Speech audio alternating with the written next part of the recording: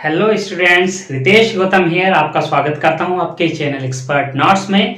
आज हम लेकर आए हैं आपके लिए आपकी जो पोएम हमने पहले कराई थी कैरेक्टर ऑफ हैप्पी लाइफ, उसका सेंट्रल आइडिया। और अगले वीडियो में हम बात करने वाले हैं एक्सप्लेनेशन की। ठीक है, तो चलिए देरी ना करते हुए चलते हैं आगे। और आगे चलने से पहले आप लोगों से एक छोटी सी गुजारिश, अगर आपने हमारे चैनल को अभी तक सब्सक्राइब नहीं किया तो प्लीज सब्सक्राइब कर लीजिएगा, बेल आइकन दबाना ना भूलें।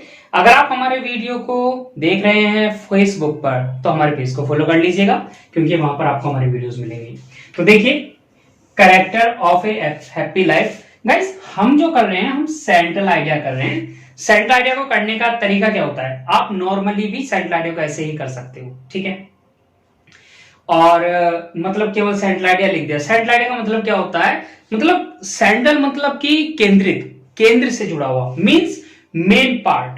आइडिया मतलब विचार, मतलब कि जो पोयम कवि लिख रहा है उसमें मेन जो विचार है वो क्या है, आपको उस पोयम का पूरा सारांश उतार के रख देना होता है। यही सेंट्रल आइडिया होता है। अब आप इसे केवल सेंट्रल आइडिया शो करके भी रख देंगे तो भी चल जाएगा, लेकिन हमेशा याद रखना एग्जाम में हम जितनी ज्यादा से ज्यादा नॉलेज टीचर के सामने पुट करते हैं उसी हिसाब से हमें मार्क्स मिलते हैं। तो मार्क्स के हिसाब से हम चलेंगे। अब हम किस तरीके से करेंगे सेंट्रल आइडिया को, सबसे पहले जो भी पोयम होगी उसका एक इंट्रोडक्शन डाल देंगे। इंट्रोडक्शन डालने के बाद देखिए क्या लिखा है मैंने इंट्रोडक्शन में, the poem character of a happy life has been composed by sir Henry Wotton. ठीक है, कंपोज का प्रयोग करते हैं पोयम के लिए, मतलब कि character of a happy life sir Henry Wotton के द्वारा लिखी हुई है। बिल्कुल उसी तरीके से जैसे हम करते हैं एक्सप्लेनेशन करते वक्त, लगभग उसी तरीके से होता है ये, है ना। अब उसके बाद हम सेंट्रल आइडिया हेडिंग डालकर जो सारांश है पोयम का वो कायदे में तो हमें अपने शब्दों में उतारना चाहिए। आप इसको भी लिख सकते हैं, बार बार रिपीट करके देख लीजिएगा, आपका ये पूरी तरीके से हो जाएगा। और लास्ट तक देखिएगा स्टूडेंट्स, लास्ट में मैं आपको एक ट्रिक बताने वाला हूं, जो ट्रिक होगी बताएगी आपको कि किस तरीके से आप और भी अच्छा इसे कर सकते हैं। ठीक है, क्या करें इन दिस पोएम, ये एक तो ये इन दिस पोएम और द पोएट सेज, एक्सप्लेनेशन हो या सेंट्रल आइडिया, ये दो चीजें आप लिख लो।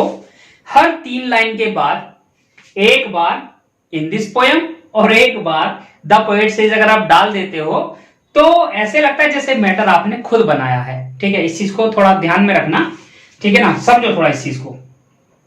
In this poem the poet tells us about the qualities of a truly happy man.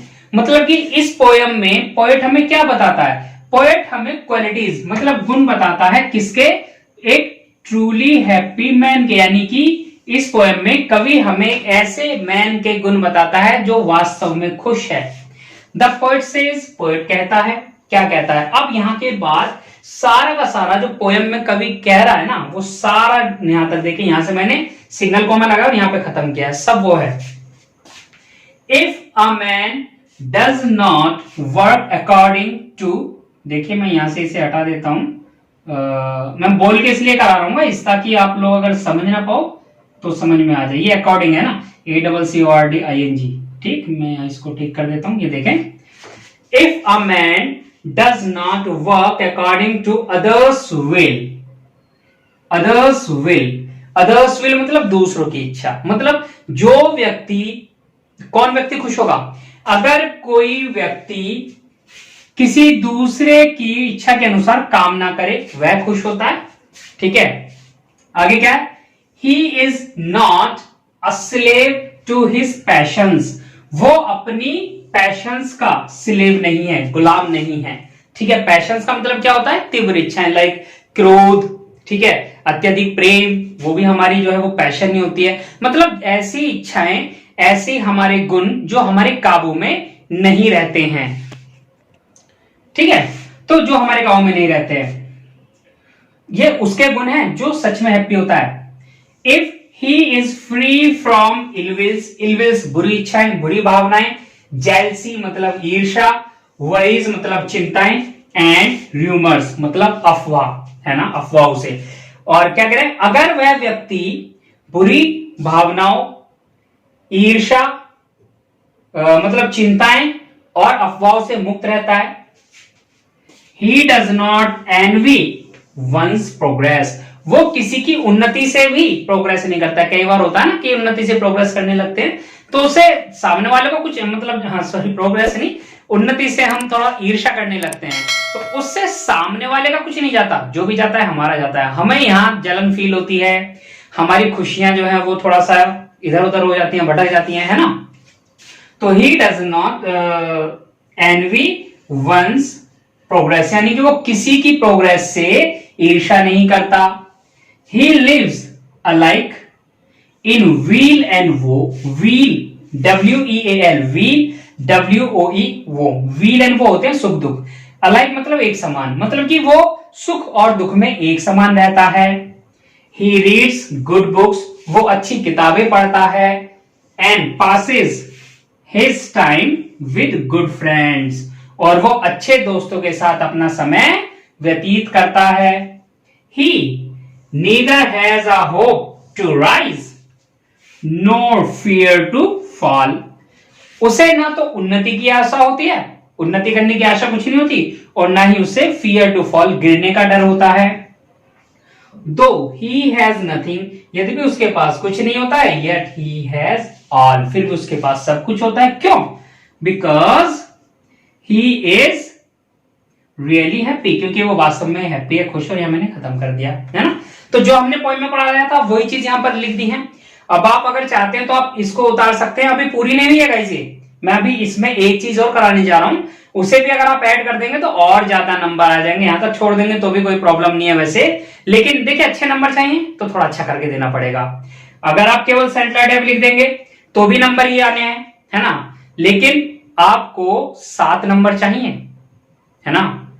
7 number कैसे लोगे अब ये डिपेंड करता है हम पर, तो हमें उसको अच्छे तरीके से पकड़ लेना है। तो आप देख लें, इसे उतार लेना, और जो भी चीज समझ में ना आई हो मुझे बताना, कमेंट बॉक्स में जरूर से बताइएगा कि कैसा आपको लगा।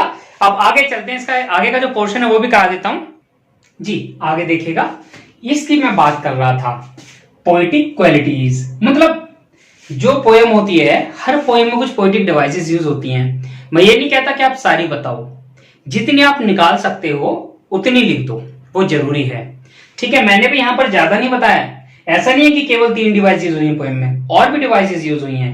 हम जब देखने जाएंगे, पढ़ने जाएंगे तो बहुत सारी डिवाइस होंगी जो आपके कोर्स में नहीं है लेकिन पोएम में यूज होती हैं।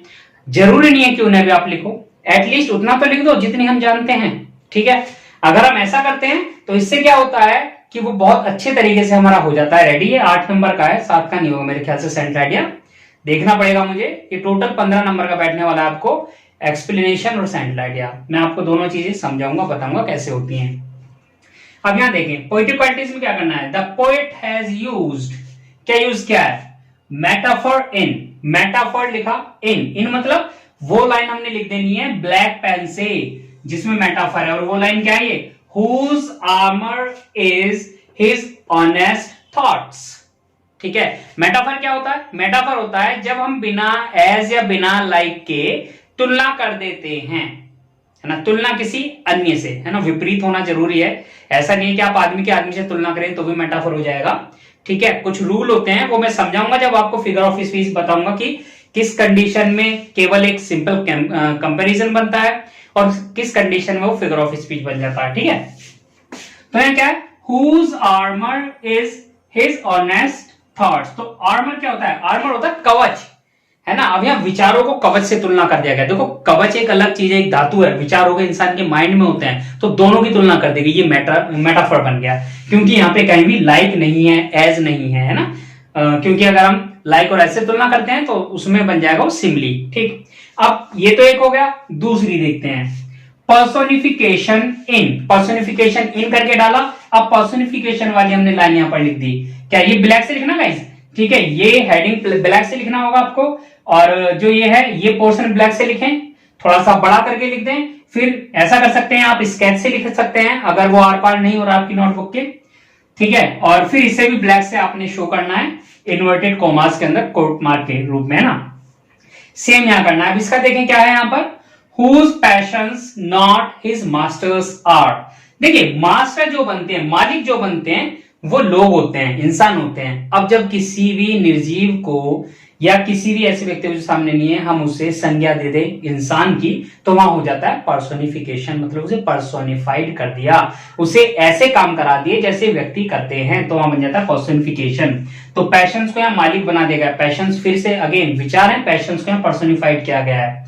तो whose passions not his masters are. और ध्यान रखना स्टूडेंट्स, यहाँ पर बिल्कुल सेम लिखना जैसी बुक की लाइन है वही मैंने यहाँ पर लिखा हुआ है। इसके बाद एन ऑक्सीमोरन, ऑक्सीमोरन है, ऑक्सीमोरन किस में होगा? ऑक्सीमोरन का मतलब होता है विरोधाभास, मतलब दो विपरीत विचार या दो विपरीत वर्ड जो है वो एक ही लाइन में आ जाते हैं। अब यहां देखिएगा, लॉर्ड ऑफ हिमसेल्फ, खुद का स्वामी, दो नॉट ऑफ लैंड्स, जबकि भूमि का नहीं। देखिए लॉर्ड मालिक भी है जी, लेकिन कुछ भी नहीं है उसके पास, है ना, मालिक भी है और कुछ भी नहीं है, तो विरोधाभास आ रहा है। फिर से देखेंगे, एंड हैविंग नथिंग, उसके पास कुछ नहीं है, क्योंकि भाई उसके पास जब लैंड ही नहीं है तो बचा क्या? कुछ नहीं। ही हैथ ऑल, फिर भी उसके पास सब कुछ है, कुछ ना होते हुए भी सब कुछ है, नहीं है विरोधाभास, तो ऑक्सीमोरन हो गया। अब आगे क्या, राइमिंग स्कीम की बात करते हैं इसमें। The rhyming scheme of every stanza is A B A B, मतलब कि जो स्टैंजा इसमें यूज हुए हैं सभी स्टैंजा में सेम राइमिंग स्कीम का प्रयोग किया गया है। राइमिंग स्कीम कैसे यूज होती है वो पोएम पढ़ने के टाइम पे मैं आपको बता दूंगा, अगर पिछली में नहीं बताई तो आगे किसी पोएम में बता दूंगा, ठीक है। आप मुझे बताइएगा कि आपको कैसा लगा, और आप इसे अच्छे से बिल्कुल उतार लीजिएगा, याद कर लीजिएगा, क्योंकि देखिए ये बहुत जरूरी होते हैं। कई बार ऐसा होता है किन कंडीशंस में हम सेंट्रल आइडिया और एक्सप्लेनेशन दोनों को कंबाइन करके, यानी एक चीज याद करके दोनों का कैसे काम करेंगे, ये भी चीज मैं आपको आगे आने वाली वीडियोस में बताऊंगा। बताइएगा जरूर आपको हमारा वीडियो कैसा लगा। मिलते हैं नेक्स्ट वीडियो में, तब तक अपना ख्याल रखिए, तैयारी कीजिए और हमें बताते रहिएगा कि आपको क्या चीज समझ नहीं आई है। आप हमारे YouTube चैनल को सब्सक्राइब करेंगे ही करेंगे, साथ में अगर आप फेसबुक पे देख रहे हैं तो हमारे पेज को फॉलो करें। आप डिस्क्रिप्शन बॉक्स से हमारे चैनल का, यानी कि जो टेलीग्राम चैनल है उसका लिंक देख सकते हैं, आप हमें टेलीग्राम में ज्वाइन कर लीजिएगा। स्टूडेंट्स टेलीग्राम इसलिए है क्योंकि एक तो हम बड़ा चैनल वहां बना सकते हैं, दूसरा वहां पर किसी का भी कॉन्टैक्ट नंबर वायरल नहीं होता है, इसीलिए वो लड़कियों के लिए बिल्कुल सेफ है। आप अपने मोबाइल में टेलीग्राम डाउनलोड करें और उसे ज्वाइन करें और तुरंत हमारे डिस्क्रिप्शन बॉक्स से टेलीग्राम के लिंक पर क्लिक करके पहुंच जाइएगा और वहां से आपको हमारा टेलीग्राम चैनल का लिंक मिल जाएगा और आप वहां से हमें सीधा, देखिए मैंने उसको कहीं प्राइवेट नहीं किया है, आपके अगर कोई इश्यू है तो आप हमें वहां पर सीधा बोल सकते हैं। ठीक, चलिए मिलते हैं नेक्स्ट वीडियो में। Thank you very much.